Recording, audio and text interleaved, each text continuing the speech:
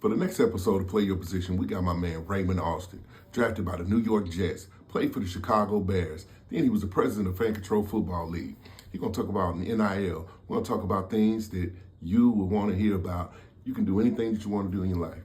Hey, and check out his new company called Athlyt, too. It's going to help those NIL kids. Hey, play your position, man. It's your boy Big Tron. Peace. You got the same 24 as me. Do something. That time to be worried about the next nigga. Shit. Yeah. Eyes on the prize in front of me. Minding my business, I PYP. Play a position and we gon' eat. Play a position and we gon' eat. Eyes on the prize in front of me. Minding my business, I PYP. Play a position and we gon' eat. Play a position and we gon' eat. Yeah. How you doing, brother? Man, I'm good, man. I just a crazy day, man. Yeah. We announced some big news on my social, so I'll let you see that before I say anything about it, though. Absolutely. I saw it. Oh, you saw it? Okay, yeah. So, yeah, man. So we man, we've been working on this. It's been 16 months, man. We've been going at it, and my wife she's in her 40s, so it's a little different. Pregnancy, man, is it's crazy these days, man. And Absolutely. she's always been a career type woman. So we were like, hey, let's build our careers, let's build our business, let's save some money, and then let's enjoy our relationship, let's enjoy our marriage. And if 10 years come, we still want to do it, let's do it. And that's what we did, man. That's what you did. Yeah. You planned it right. You planning it, ain't you, baby? Man, it's been fun, man, because I tell you something that's crazy when you think about life and all. A lot of us, we're born into trauma. Hey, hold up, man. Hold up. Go ahead, though. No, I like it. That's where we was gonna go. We was gonna jump into that, right off top, because social emotional therapy. Yeah, for sure. Setting. I'm in a school setting, and that's what I do. Yeah. On the other end, the name of the show is called Play Your Position. This is my podcast called Play Your Position. Mm-hmm. And in life, I think we all got a position to play, right? Mm-hmm. Everybody got a position to play. 100. And I somehow always like to give back and help kids and help them reach their highest potential. So I end up in the school system. And man, I want to ask you today, I want to say, I always like to do a temperature check, see how you feeling, what's going on in your life. Yeah. We were headed, because like you said, we all got trauma, man. Yeah. And that's some things we don't deal with. 100, man. And I appreciate you asking that, because it's so funny, because I ride my bike. I'm a cyclist. I live in Chicago, so I ride down. I just did 22 miles, man. I just love it. Yeah, it's my mental, gets my thoughts right. And just been thinking about all this, like having a baby, being a little older, right. keeping up, things you got to change, things you got to, it really starts to sharpen you up, and you realize that sometimes you got to unpack that stuff.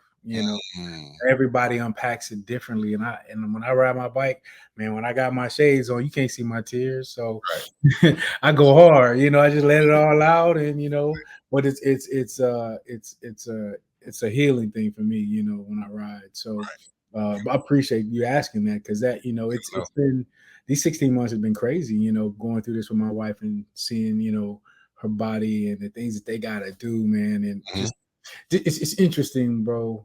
Absolutely. When we grow up, bro, just I'll say this: when we grow up, we wanted to play ball, right? Absolutely. That's all we thought about. We played football. We ran around with a football, and that's what men are. We're thinking about those things, and women are playing with dolls and babies and make a house and all this, and you don't think about that. Like, man, we're trained so differently. So their Super Bowl is a little different than ours. Theirs is a family, and us, we're always about making money and work and job and all that stuff. So it's an interesting dynamic. And then, like you said, it's a very interesting dynamic. And then, coming from where we're from, we coming from those, I don't know, I know you had a mother and a father, in your life as a child, but, on top of that, the trauma how your parents grew up, how they were taught, you can inherit some of their trauma. 100%. In life, when we inherit each other's trauma as a child, we go through different things than little black and brown kids go through different things than the other, go through. Yeah. So that trauma's passed on down to us. Even the way when you go in and you walk in the store, your mama say, when you go in this store, don't you touch nothing. Don't touch nothing. Don't touch nothing. You know what I'm saying? So those type of things, because we couldn't afford that. You know what I mean? At that age. So and don't get your expectations up. Absolutely. I think a lot of our growing up ceilinged us a lot. To like, don't grow outside of that. Don't touch that, or don't look for that, or don't think about, you can't do that. And you almost kind of thought that back in the day, and I say it all the time, man, generational wealth is no different than generational curses. It absolutely go both ways, so it can definitely go both ways, but once you grow up, and like I said, once you inherit those traumas, you'll pass them down to your kids. Yeah. You got to be aware of the things that you got to change in your life, when you have this kid, right? And so I didn't do this. I didn't do it. You know what I mean? I changed some things, and things did change in my life, but I was young with kids, King. So I was still in my childish ways, and I'm still learning to this day, man. Yeah.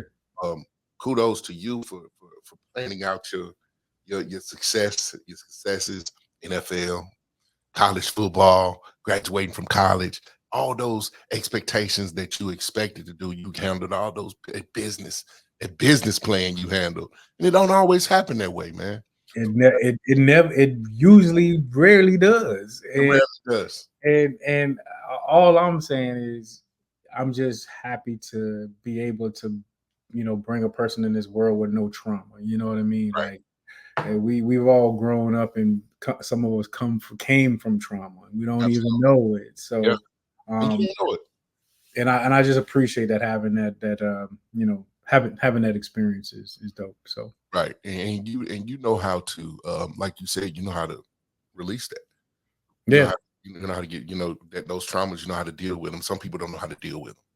And man, and it's funny, because just like, I'm pretty sure you still do. I stay in the gym. I'm a huge. I stay fit. I try my best to keep working out, because it reminds me so many of good times that I had. Yeah. I'm attached to it.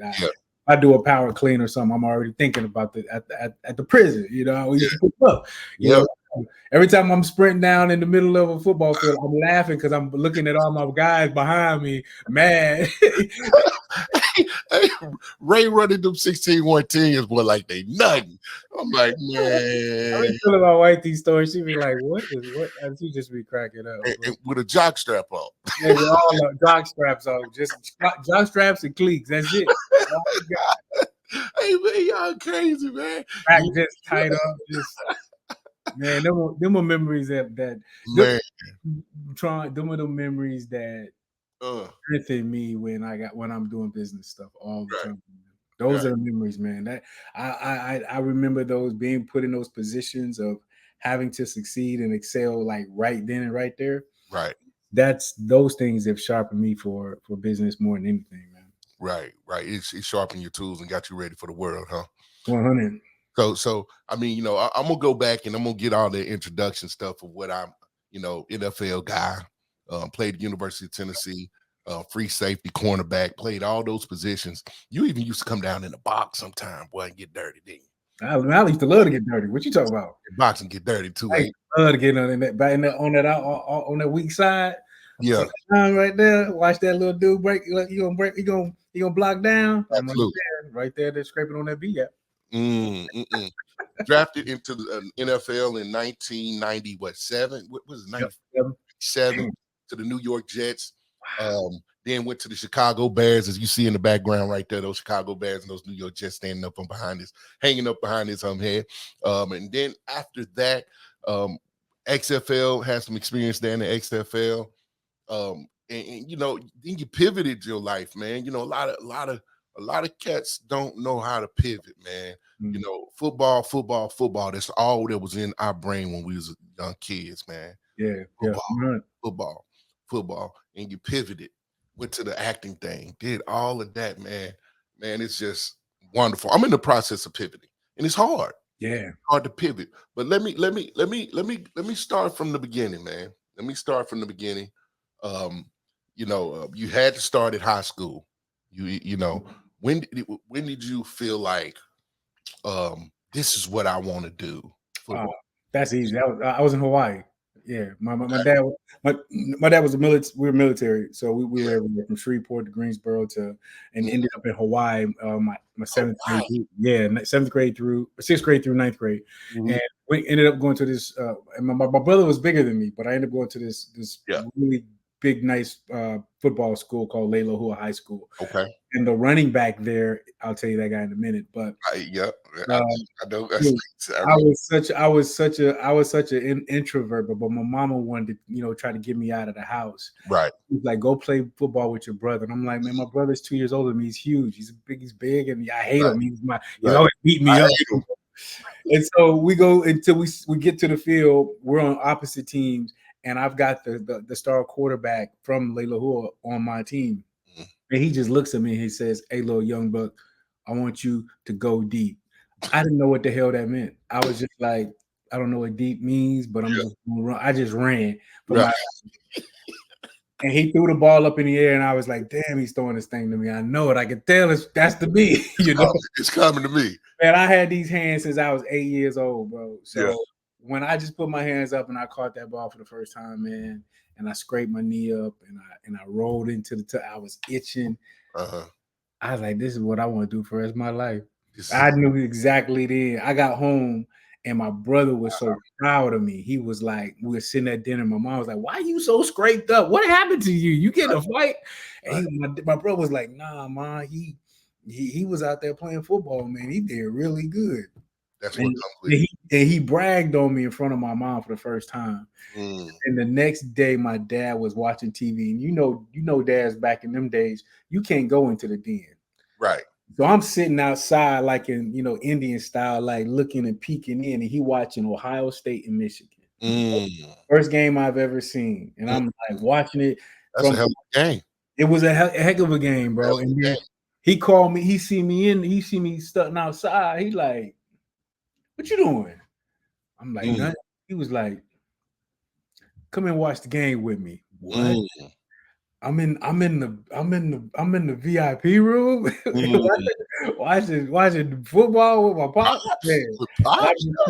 I'm just sitting on the couch being quiet and don't say nothing. Right. And then a play happened and he explained it to me. And that's when I just knew, man, this is what I want to do for the rest of my life. That was it. So go ahead. I'm sorry. I then went out and made my mama buy me posters, and I put Bo Jackson, Willie Gault, Jerry Rice on my walls. I just looked at them every day, all day, and just pictured my face on that, being in that helmet. Yeah. Willie Gault. Yeah, Willie Gault, man. Willie Gault. And you know what, man? And had the privilege. Can you believe this? Had the privilege to guard Tim Brown, New York Jets, against the Raiders. Man, I had the privilege to guard him on third down, bro. He ran it out and he pushed off on me, and I was like, "Oh, you all right?" Tim Brown. Tim Brown, man. It was huh? Did Tim Brown go to Notre Dame? Yeah, went Notre Dame. Yeah. Yep. Ran out on you. It was just it was moments like that. But like I was telling you, from my running back then at Leilahua, he was a senior and I was a freshman, was a kid that went to West Virginia. And then he was running back at West Virginia, and then when I got drafted to the New York Jets, he was the first one to come and hug me, and it was Adrian Morrell. Yeah. Locker room, right? Yep. Yeah. That's one of my favorite memories, man. And he even actually remembered who I was. That was crazy. Remembered you, man. As a kid, that still shake me up when I think about that, man. It was the first dude to come hug me. You must have made an impact, when you became that athlete that you became in Hawaii, right? He must have looked at you a certain way and said, "Hey, he got it." He had to. I didn't even think he even knew who I was. I was a freshman. I was on on the varsity team, but I didn't Right. play because I was a freshman. I didn't know who, I didn't know who I was. So You went from Hawaii to North Carolina. no, Hawaii to then, bro, to You did a lot of moving. Oklahoma. See, I thought that's where you was from, Ray. Yeah, everybody thinks that. Yeah, everybody thinks I'm from Oklahoma because my high school started my sophomore year there. And so, yeah, when I got to Oklahoma, and I could probably say that was the worst move I thought my dad made. I was so pissed off because I was just like, why would we leave Hawaii for Oklahoma? And there's in the military, you ain't got no chance. You ain't got no chance. Yeah, that's tough, man. Well, we ended up, bro, on the number at the time when I got there, going into my sophomore year, we ended up on the number 2 team in the country.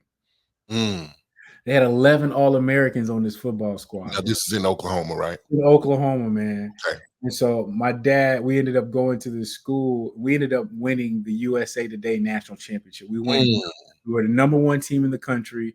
Mount Carmel was the number 2 school, and Donovan McNabb was the quarterback. And we were the number 1. We were the number 1 team in the country. We won state, and that same team won the track state championship too. Wow! I was blessed. I got blessed by the football guys and just said we're gonna put him in the right place, man. And it was this is what I'm built off of. Right. That Hawaii was the start. But Oklahoma is what raised me up. That's what fueled that fire right there. 100%. The competition, the type of competition, the type of coaching that I had in college. Like, you weren't there when I got in my freshman year. I wasn't, but I was watching, Ray. And I know a lot of the young cats were, man. And I was trained different back. You know what I'm saying? They trained. We came up from a good program. So when I got to college, it was easy for me to get right in the transition. I remember it being hard for a couple, some of our teammates. Right. We came from such a disciplined, warrior type of school. When I got up to Tennessee, I was ready, man. I was prime and ready. Yeah, because you played your freshman year. Yeah, I played all 4 years. Yeah, you played your freshman year actually, and I was that 16-year-old kid watching you play as a freshman. I don't know if you had 28 your whole. Did you have 28 your whole? My whole time. Yeah. Time? I wasn't for sure if it changed, but I just remember you playing your freshman year, a guy, and then Terry Fair may have come in after you. Yeah, he played his freshman year too. I know that. The reason I was thinking that you were from Oklahoma because you was real connected to Jonathan Brown and Marcus Nash. 2 outstanding players. Marcus Nash, man, might be one of the best receivers I ever seen in my life. Hold up. First of all, Tennessee, you're welcome. I'll say that because I was the first recruit. I'm the streamline from Oklahoma. You would ask Coach Fulmer. I believe it. I'm the stream. So because Tennessee didn't recruit me. I didn't tell you that. Tennessee didn't recruit me. I went to Nebraska, SC, Florida, and Tennessee didn't send me. And I wanted to go to Tennessee because of Jason Parker and Dale Carter. Yeah, I saw Dale Carter was out there balling. They'll make you do that.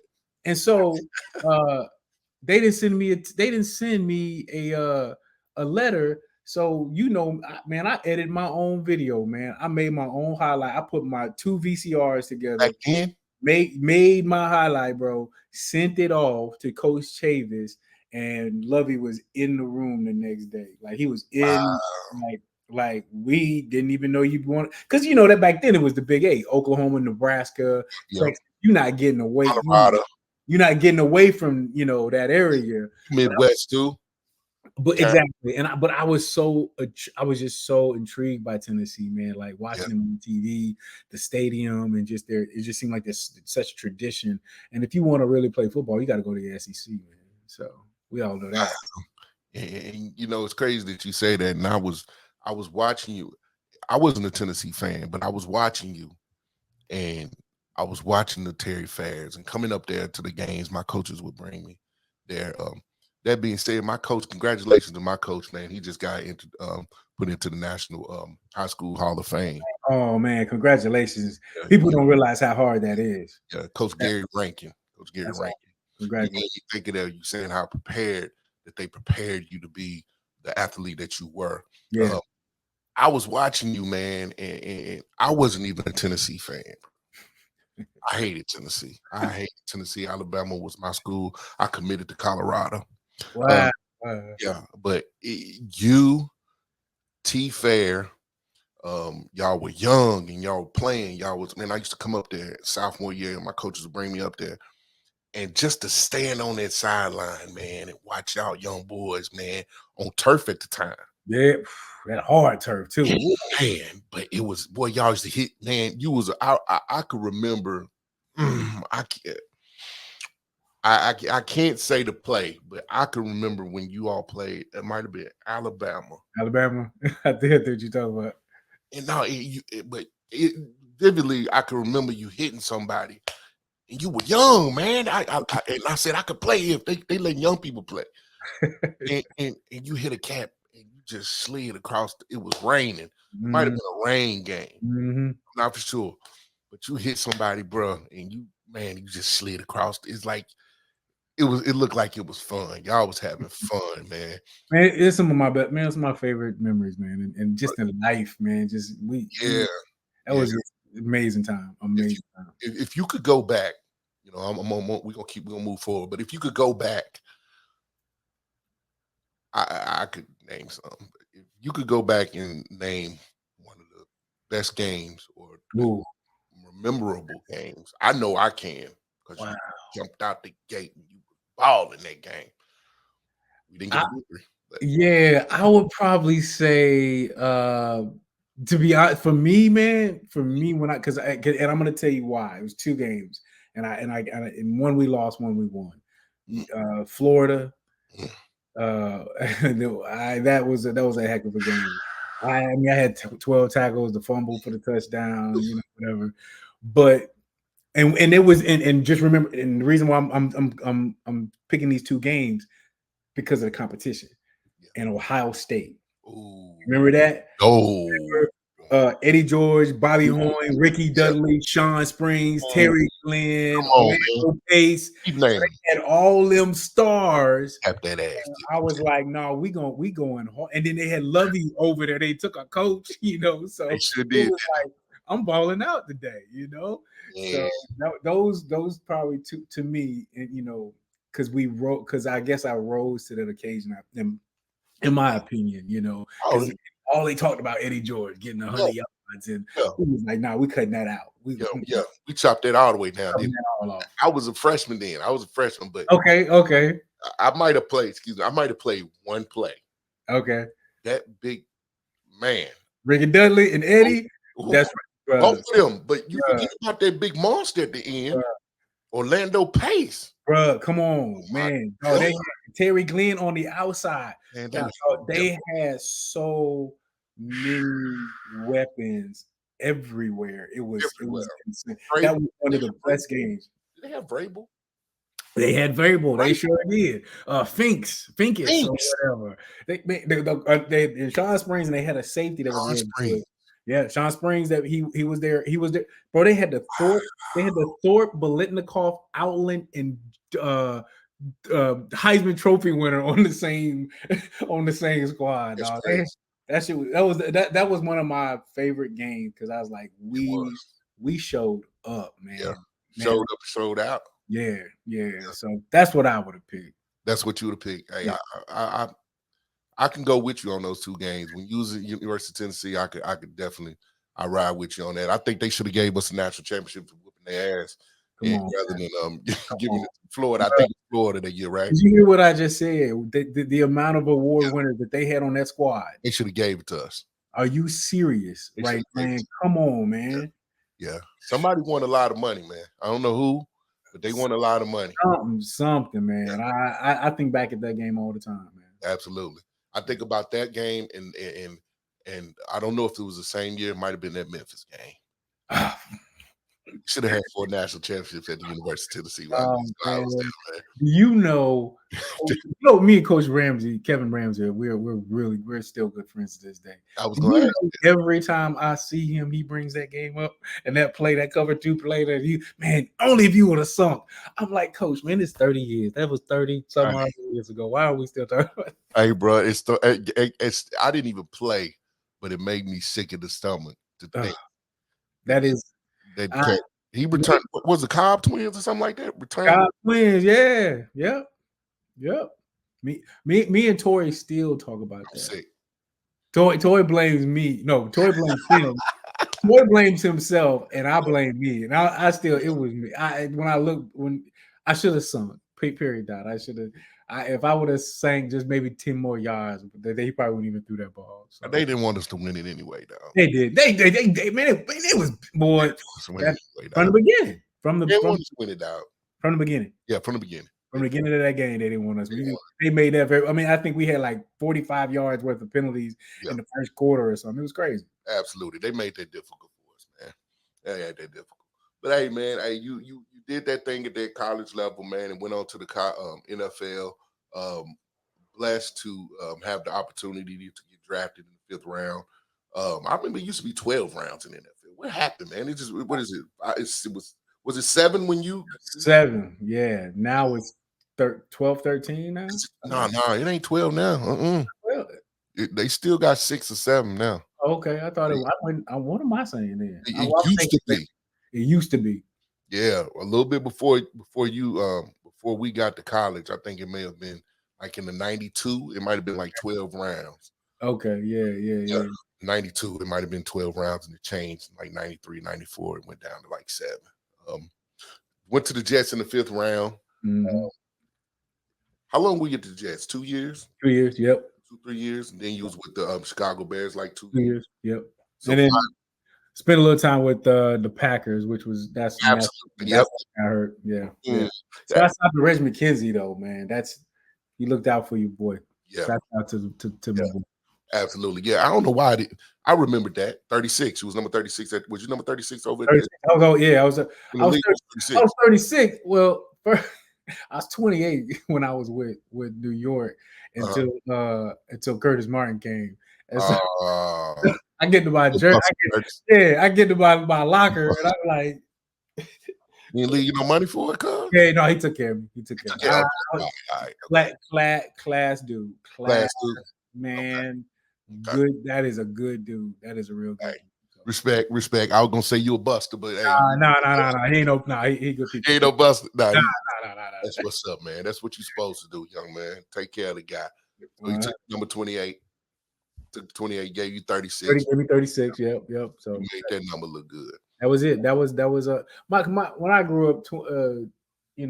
Prime. I was high school. I was prime 21. Mm-hmm. That's my birthday too. But and 36 was always my second favorite player was Merton Hanks. So then the man with the neck was the guy. He was rangy. That boy could get anywhere, man. He get that neck going. Oh, that was my guy. Merton Hanks. He was a monster. He covered a lot of ground. He did. Those were my 2 favorite players. So I was like, if I don't get 2-1, and the only reason I didn't take 2-1 in college because Heath had it. And you didn't want to live in that you didn't want to live in that shadow. I didn't. Yeah, I think you could have. Honestly, I think you could have. I wanted to so bad, man. I definitely took their jersey and made it your own. I know. I forgot about Heath. I mean, you take somebody who had that number, Mo Staley. I think Mo Staley. Mo had it. Yeah, Mo had it after him. Yeah. He did his thing a little bit in there for a little bit, but I think you would have surpassed that and made that 2-1 a high commodity. Man, I wanted that 2-1, man. I wanted that 2-1 so bad. It took it. So 36, man, your NFL, man. Like, how would you? I mean, Ray, it seemed like your whole life has been. I mean, I'm not gonna say. From since I've known you, man, you've been a stand-up dude. You've been accountable. You've been consistent. You've been the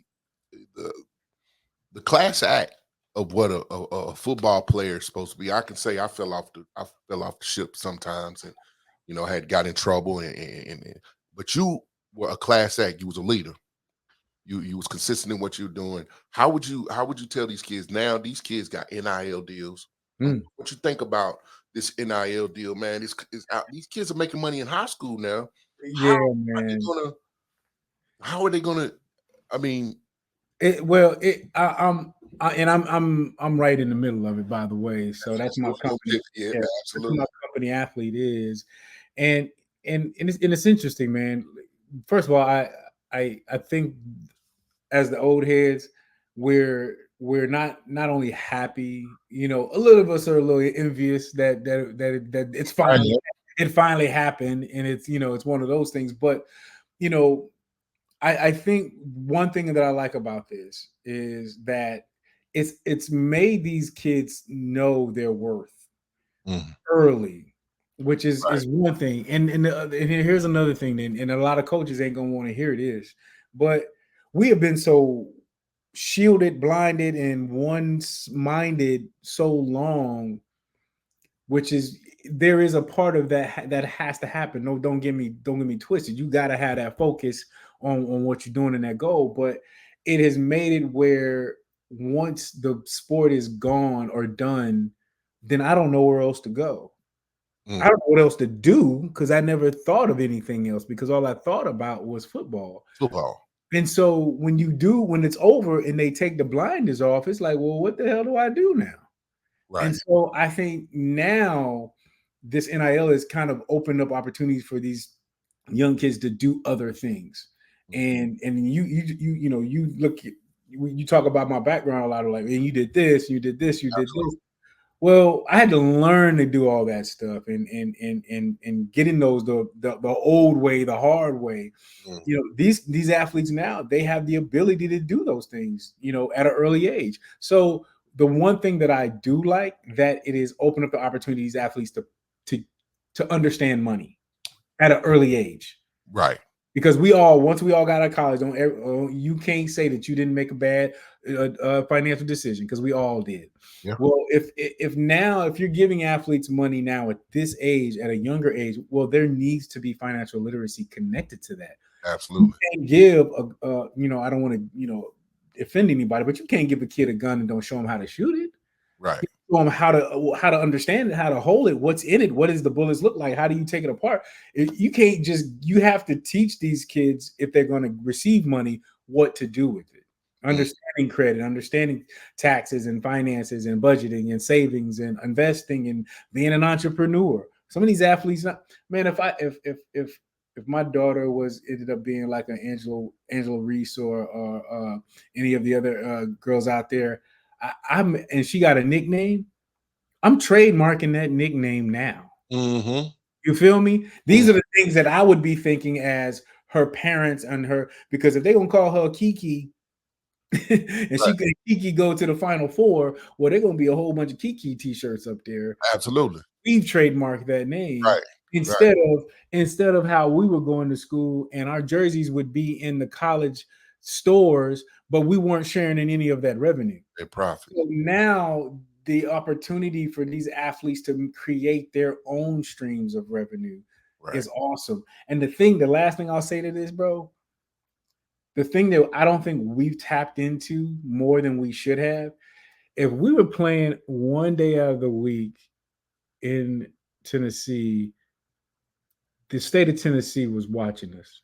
The entire state of Tennessee was watching us on top of the 100,000 that's sitting in the stadium. Right. So why and how are they not our customers when we get out of college? Every last one of them should. I don't get it. But that to me is the thing that these athletes are going to have the ability to do, to take the mass machine of that college and use it for their benefit. And people can say, hey, look, that they're unfocused, they're undisciplined, they're getting greedy. And yeah, you're right.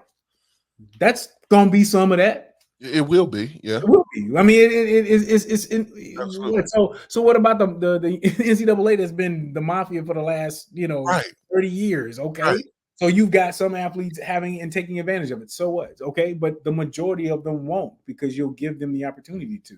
You'll teach them all, and that to me is where NIL is missing. Yeah. There's money. Everybody's all people talk about is the money. Right. Like, all right, okay, so what about so athletes already got a stigmata of being bad with money, or Right. spending all their money. So now you're gonna give it to them at a younger age. So what needs to come? The tool they need, the tool. What did Coach Ramsey always say? I'm gonna give you a tool to put in your toolbox. Mm-hmm. If I'm gonna teach you something, I'm gonna give. If you're gonna be successful, I got to give you the right tools to be successful. And you got to use. That's what they're missing. Yeah. I had something, and I also think that if you give them the money now, it's going to give them an opportunity to, like, even though it's money at a young age, they're going to learn how to financial literacy. I mean, if you give it to them at 25, it's going to be the same scenario. It's going to be the same scenario. You know what I mean? And hopefully they've grown and they've gotten a little wiser.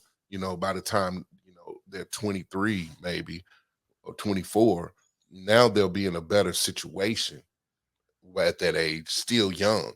But I'm sure, I know you're now involved in the NIL situation. I think you got a couple of, you're trying to teach these kids how to name and likeness, use their name and likeness, right, with your new company, Athlyt.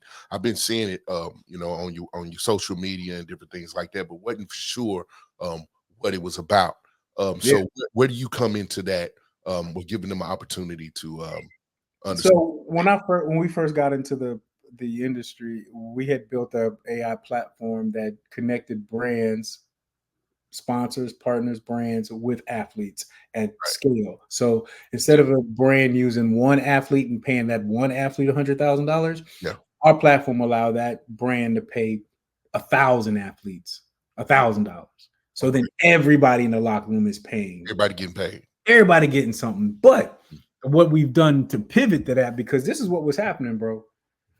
I had athletes going, "Hey, Mr. Austin, this is great, but I don't have a checking account. Hey, Mr. Austin, do I got to pay taxes on this money? Hey, Mr. Austin, I don't have whoa, wait a minute, hold on.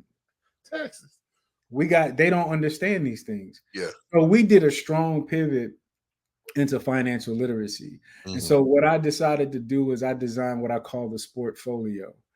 And in this Sportfolio is 3 different programs, initiatives: financial literacy, health and nutrition, and mental health and well-being. So what I went and did and said, if I want to make this an NIL opportunity for these athletes, we can make it a learn and earn program. So we make all of our athletes take financial literacy courses. I partnered with Intuit. So they'll be taking these courses from Credit Karma, TurboTax, Mint, MailChimp. And once they take these small little, quizzes and learn to earn initiatives, they get paid for learning that information from Credit Karma. They get paid from learning for learning about taxes from TurboTax. We just partnered up with Bush Baked Beans out of Nashville. They're going to do our health and nutrition program. Okay. And it also has a strong focus on food disparity. And I don't know, a lot of people don't know this, but in a lot of we went to Tennessee and we were fortunate to have that buffet every day of the week and get ice creams and breakfasts and lunches and dinners. Right. That ain't like that at all the other colleges, and particularly HBCU schools. Right. And HBCU colleges and student athletes have been our biggest audience. So we're going to take a health and nutrition program from Bush Baked Beans, and it'd be a learn and earn program for them as well. I know people like Bush Baked Beans. How is that healthy?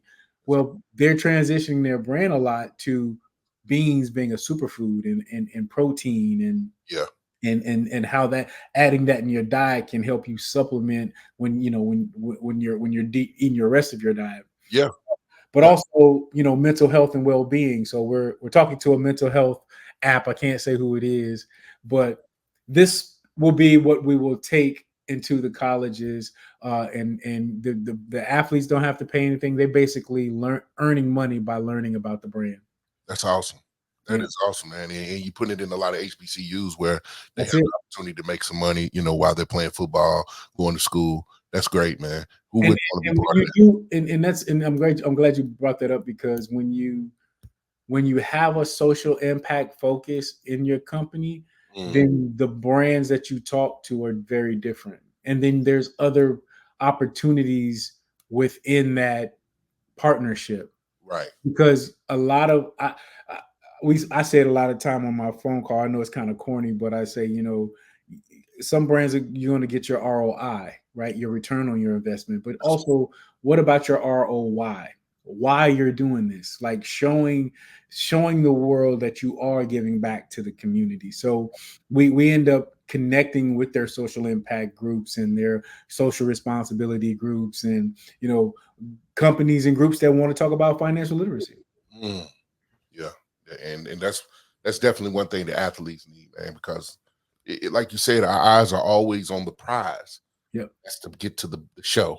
Yeah. NBA, the NFL, the MLB.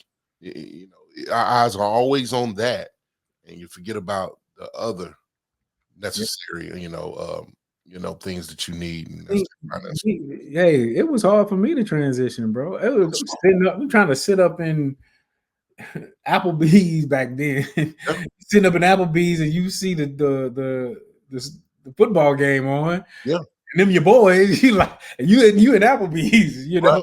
make that mix that I mean that'll mess you up, It'll mess you up, man. It'll and mess and you up, that was hard for a lot of us, and man. and really just spending so much time just in the sport that you just didn't get a chance to know the other pieces of you. Right, You start learning, like, right, I didn't realize I like to edit. I didn't right, realize I like, to right. podcast. I didn't realize I like to write. Mm, You don't think about those things because you just focused on that sport. and yep, you focus on their sport, and they making all the money off of you.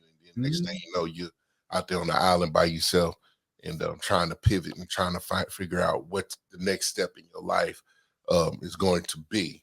Yep. Which you've done very well at that, man, and you've done well at giving other people opportunities. Like you said, the athlete in you, the fan control football, Yeah, man. and I mean, I know you all at a standstill right now, Yeah. but those 2-3 years that you gave these young men an opportunity to play football and continue to do something that they love to do is great, man. You giving people opportunities, man, and Man, that's what I love to do. And that's what I love about you, man. You playing your position. You're giving these guys opportunities to live out their dreams. How did you, man? People are trying to get into what you do. man, Football. it How? was it How? was it's funny you said those 3 years, and I appreciate you. That's about as honest as you could be, because that thing took 10 years. No, I know it took And 2 years because people, you told me about it. You yeah, remember, bro? people talk about the 3 years that the business was like pumping and booming, but Yeah, that was a 10-year for me. It took us 7 years to get to I there, remember, man. I remember. I remember. and for me it was, coming up with an idea and then executing it and taking it as far as we did, having the faith, that you were creating something that nobody even knew about and cared about, and then you end up getting interest from all these different people. Mm, It was probably the biggest experience that I've had in business in a long time.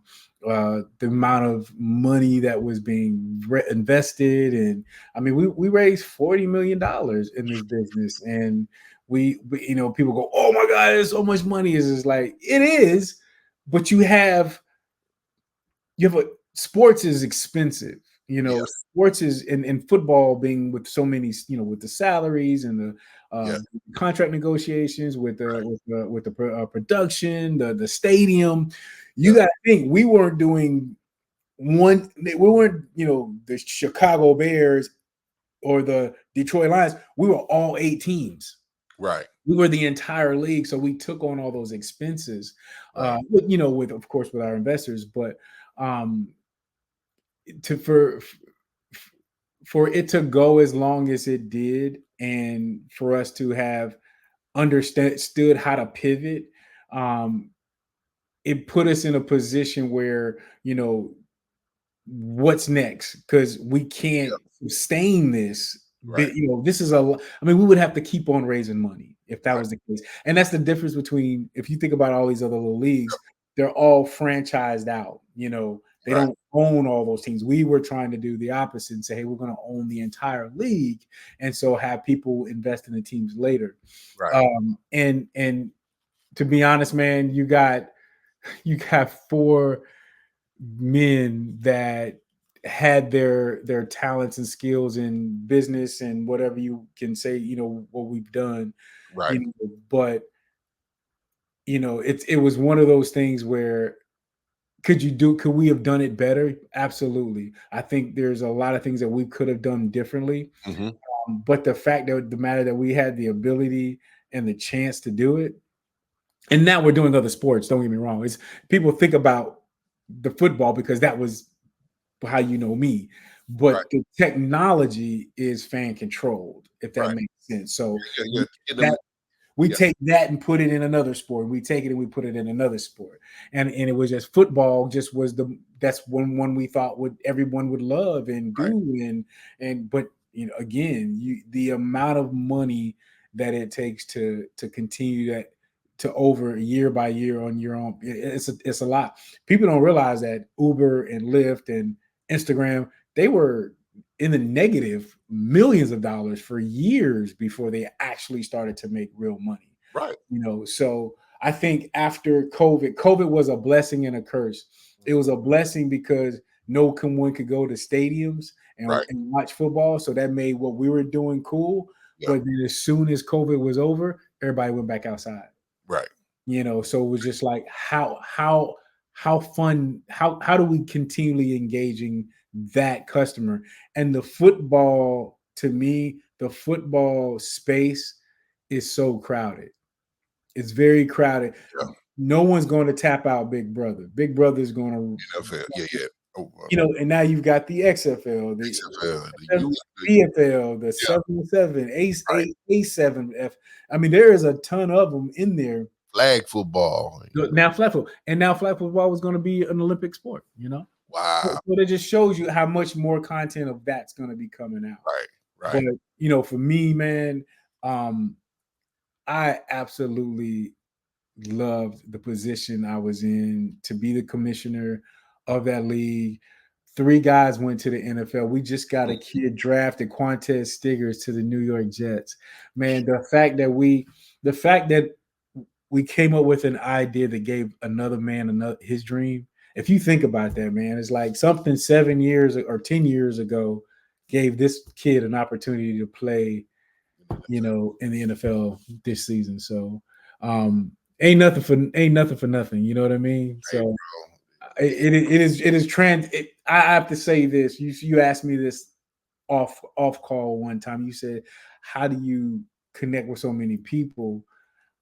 Because they just look at my they look at my footprints. Yeah. They look at where I've been. They look at what I've done. Yeah. When I connect with somebody on a LinkedIn or through a conversation, they'll go back and they'll see where I've done, and it just doesn't stop at football. Right. And I've always had that in the back of my head, like I'm gonna be better. I'm gonna be more than football. They're gonna get to know me more than just football. Right. I told somebody the other day, did they have a board of directors? And they were like, well, I don't have a business yet. And I said, that's not what I asked you. I said, do you have a board of directors? And I was like, do you have a board of directors of your life? Like, are there a group of people that you can call one for whatever those reasons are that mentor you? Coach Ramsey is on my board of directors. You know what I mean? When I have issues, I call. I've reached out to him several times. I know Terry has reached out to him a few times. When I have financial decisions that I have to make, being a new CEO, I'll call guys that I know that are CEOs that have dealt with this before. And so the first thing I would always tell them, like, man, are you getting mentored by somebody? Because if you ain't, that you're already in trouble. A lot of kids don't even know what that is, man. They don't get it. They don't get it. And that's the biggest thing. I think that they don't get that. And I think that needs to be echoed more. That, bro, I'm not talking to you to try to be your daddy and tell you what to do. Absolutely. I'm another voice for you. Yeah. Another voice to steer you in the right way. It took a tribe for me to get as far as I did from high school to college. It wouldn't just by like all that, like I did all this by myself. But see, a lot of people think even when I look at you, I know it's not easy. I know it's not easy because I'm going through it and I've been through it. You know what I'm saying? And I've seen you going through it. But a lot of people look at you and say, damn, how is Ray doing this? Like, he making it look so easy. I see him on TV acting, Empire. I see him doing commercials everywhere. And then he comes up with this fan control football league. How does he generate all this money to even do that? Like, I look at it. I know you grind. Yeah. Talking to me about the fan control football league 10 years ago.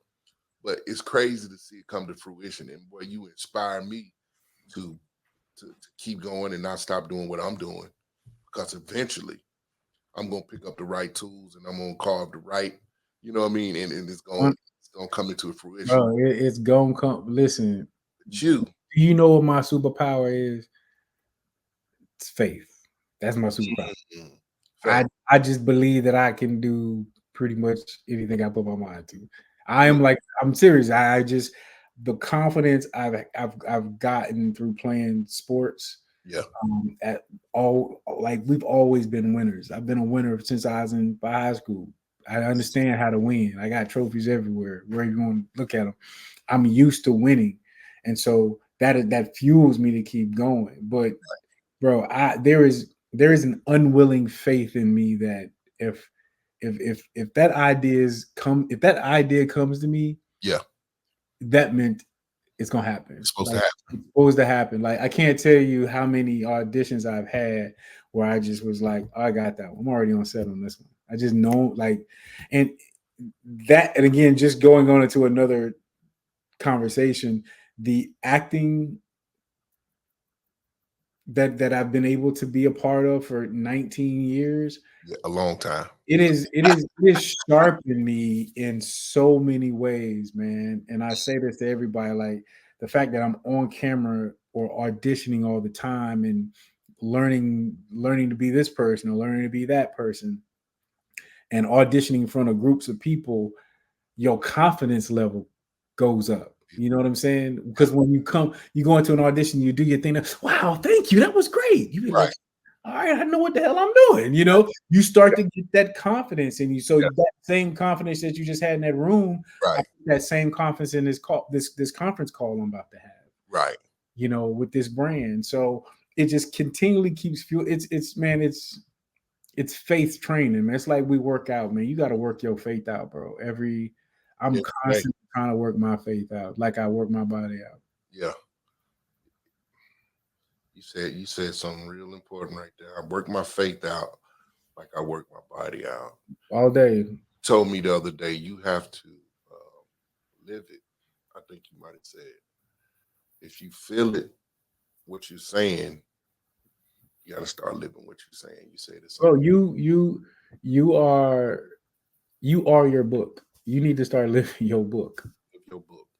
Like what you speak and what you say and what you talk about all the time. Right. Ever since we've been talking about, and I've seen the growth. I've seen the growth, and I love that. I remember when we were just going over what was it, like not Freaky Friday, but you know, like Workout Wednesdays. So we was having those conversations. Yeah. And to see your growth from step to step, man, it's foundation building, and that's all you're doing, man. You sharpening that axe. I'm sharpening it, man. I'm figuring it out, and I'm trying to figure out what I need to do. I'm not trying, I'm doing it. But ideas are always coming because it's hard when you're working with yourself. I need a mentor. Mm-hmm. I don't have a mentor. My cousin was going to be my mentor. He moved to LA on me. I can still be my mentor, but I need a mentor. Because when you're in your own head, sometimes you can talk yourself out of your best ideas. But it's all about growth. It's all about lessons being learned. It's all about not giving up. You know, when And you and this what I will say too, because I know you a guy with a big heart, man. You in doing something as you're doing that involves people's hearts, there's still nothing wrong with you making profit, right? In a positive way, because right, you are putting in you're going to be putting in mass amounts of work with whether it's um, we know how it is making content. yep, Content is not hard. It is not easy to make not nowadays. easy. You have, and if you're probably the audio, you gripping, you producing, you editing, you the sound guy. You got to make sure all those things. That's a lot of work just to get that message out. And so there is no. That's not. You should not feel guilty for, you're your own brand. You're gonna sell. You are a commodity, and Yeah, that every hour that you're out, it costs. mm, You know what I'm saying? And your message is valuable. And right, here is what that value is, and this is what it costs. And that's a and that's the really the hard to. And I know it's hard when people are always talking and tell you you got to do this and do this. right. Match your, like we talked about, man. Match that passion about who you really are, like who you really are, dude. That's when the more authentic you become, the more impact that you'll be able to make. Mm, That other people will be like, you know what, I'll put into that person. mm, We talked about like how do you make those deals work? Relationship building. Like mm, people got to know you. Like no, that we don't like telling those stories sometimes. Like right, like I don't like going back to the back and talking about all the past and right, but you got to connect with people, and you right. got that story. You got that authentic story. People do business with people they like. It's Mm, relationships. It's not, if it's transactional, it won't last. yeah, You will not keep that person as a partner of business. I mm, was on a call the other day. I won't say who it was with, but I mentioned to her that how is her knee surgery going? She and I we had did that. for months. I hadn't talked to her in months, and she was like, "Oh my gosh," uh, and it became real, Right, right? Like, man, he remembered that. And but by the way, happy birthday too. right, Like, you have to have those. If again, being an actor, you're always improving, right? Sometimes you got to go in an audition, you got to improv with another person. mm, You can't be the one always talking. You got to listen too. So you kind of go back and forth. This is what an audition is like. This, if it's done right, an audition should feel like this. And if you say something or not.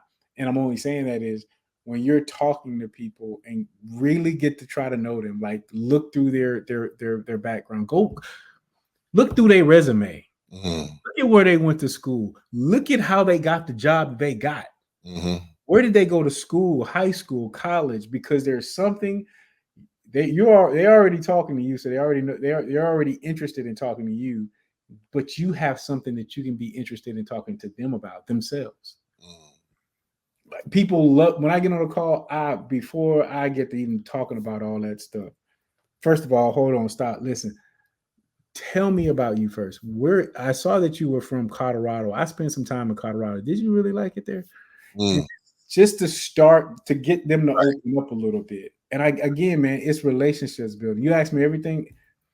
I can pick up a phone, just like I picked the phone up the other day, called Deuce, and said I needed Mickey's number. Right. Boom. I had a friend of mine that works with somebody that works for Tyson's Food.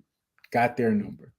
Old former teammate of mine that now plays for the Jaguars, now works for the Tennessee Titans. Got their number. So Right. you know what I'm saying? But they've been relationships I've built. Relationships. Weird, man, relationships. When you can pick up your phone and call somebody or text somebody like you did me, that's my network. Right. That dude is in my network. I can call him. There's confidence in that. Man, I appreciate you, King. I love you. You already know that. I'm looking at you. I'm watching you. And, it's been a road for me to get. It's been tough. You know what I'm saying? I got a mentor. I'm got to give me a mentor. And like I told you, we're gonna meet. We're gonna meet one day. We gonna meet. That's real. Like Meet. I keep saying, as long as we stand in touch, we gonna meet. That's it. And when you call me, do I answer? That's all that matters. Every time. That's all that matters. Time, You do me, you call you pick up what I call you. So. hey, you don't need to call me for nothing, but you call me and say what's up. You know, I'm gonna pick up. You know, I'm happy to see Big Bro. I see the guys. You know, I call him every now and then and say what's up, Big Chester. Yeah, and my boys is like my brothers, man. So. Man, I appreciate you. 100, man. You family, man. You always family. You know that. Hey, man, I'm just growing and trying to be like Big Bro, man. That's all I'm trying to do, man. Mr. Austin, I appreciate you. I love you. I appreciate everything you do, man. Keep grinding because you're influencing me to keep grinding. You're motivating me. You inspiring me to be the best that I can be, man. I'm always call you when I'm not quite sure, and I'm always gonna call you when I need you, brother. 100. You know, so you know that, man. I don't mean to get on your nerves, but hey, love you, bro. I like Ain't you. never that. Never that. So we're gonna be looking for Athlyt. Yes, sir. Everybody check that out. We're gonna got have some good news coming. Got some good news coming. I can't wait to share. So it's gonna be good news coming. I don't know if that's what you're talking about. That's what you're talking about. I got a couple good newses, but okay, that's one of them, and I love it. The little one coming along. Yeah, nephew, don't know which one it is, but hey, we here, Uncle. Yeah. You know, you got a lot of uncles and come. Hey, I got that 50 Cent video. You got that 50 Cent coming. Yep. Okay. All right, that's what's up, man. That's what's up, man. So Athlyt, be ready for that. He got some new information coming out. We don't know what it is. I'm gonna be surprised, just like you guys are surprised. But hey, Ray Austin, man, I thank you. I love you, my brother. Continue to keep doing what you're doing. Keep being an inspiration to these young men in this world. And man, play your position, man. You know that's what you're gonna do, and I know you're always gonna do it. Hey. Be trying, man. Love you, brother. Love you, bro. You got the flats. I got the halves. Play your position. Hey, I got you, dog. Down here. All right, big boy. I appreciate you, man. Okay, my dude. Good one, man. Love, bro.